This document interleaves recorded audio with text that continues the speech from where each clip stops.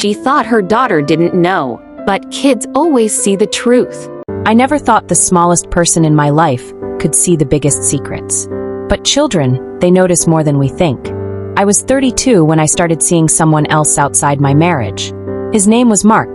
He was charming, attentive, and unlike my husband, he noticed the little things about me. How I liked my coffee, the songs that made me smile, the way my eyes lit up when I talked about dreams I had buried long ago.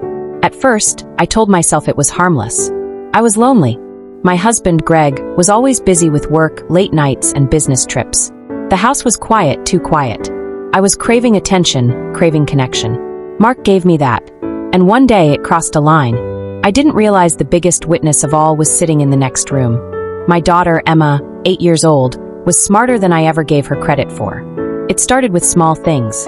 She would watch me pick up my phone with a smile that didn't belong to her father. She noticed me hiding messages, closing screens, and whispering on the phone. She didn't ask at first, just observed. Then one afternoon, she walked up to me in the living room while I was scrolling through Mark's texts. "Mom, who's this?" she asked, holding the phone I thought I had locked away. Her eyes weren't accusing. They were curious. Sharp.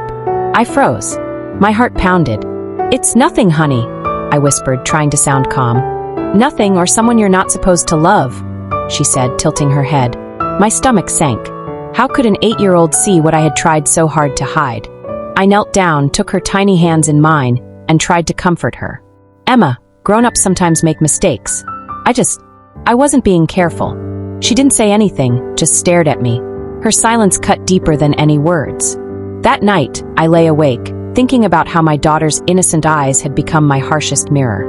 I realized that the lies I had told myself, that no one would know, that I could keep this secret safe, were all illusions. The next day, Emma couldn't hide her disappointment.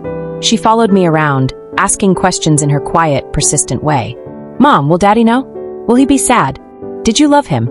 Each question felt like a knife twisting in my chest. How could I explain betrayal to a child? How could I admit that I had sought love outside the home I promised to protect? Finally, I knew I had to confront my own choices. I sat Greg down that evening. His face was tired, and when he looked at me, I saw the trust one had broken reflected in his eyes. I told him everything, every detail, every moment of weakness, every lie. He didn't yell. He didn't storm out. He just listened. And then he looked at Emma, who was sitting on the couch silently, clutching her favorite stuffed animal. "Thank you for being honest," he said, his voice steady but soft.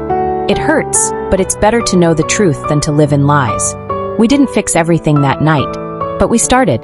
We talked, cried, and tried to understand each other. And through it all, Emma's presence reminded me why honesty matters, why children, even the smallest ones, see what adults cannot hide. Weeks later, I realized that my relationship with Emma had changed. She still asked questions, still noticed things, but there was a new respect, a new trust slowly rebuilding. And I learned a lesson that would stay with me forever. No secret is safe, and no love is worth hiding at the cost of a child's heart.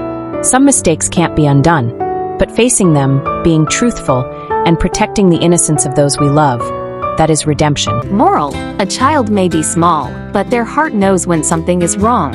Never let your secrets break the ones who love you the most. Thanks for watching. Like, share, follow, and subscribe for more at Her Broken Truth.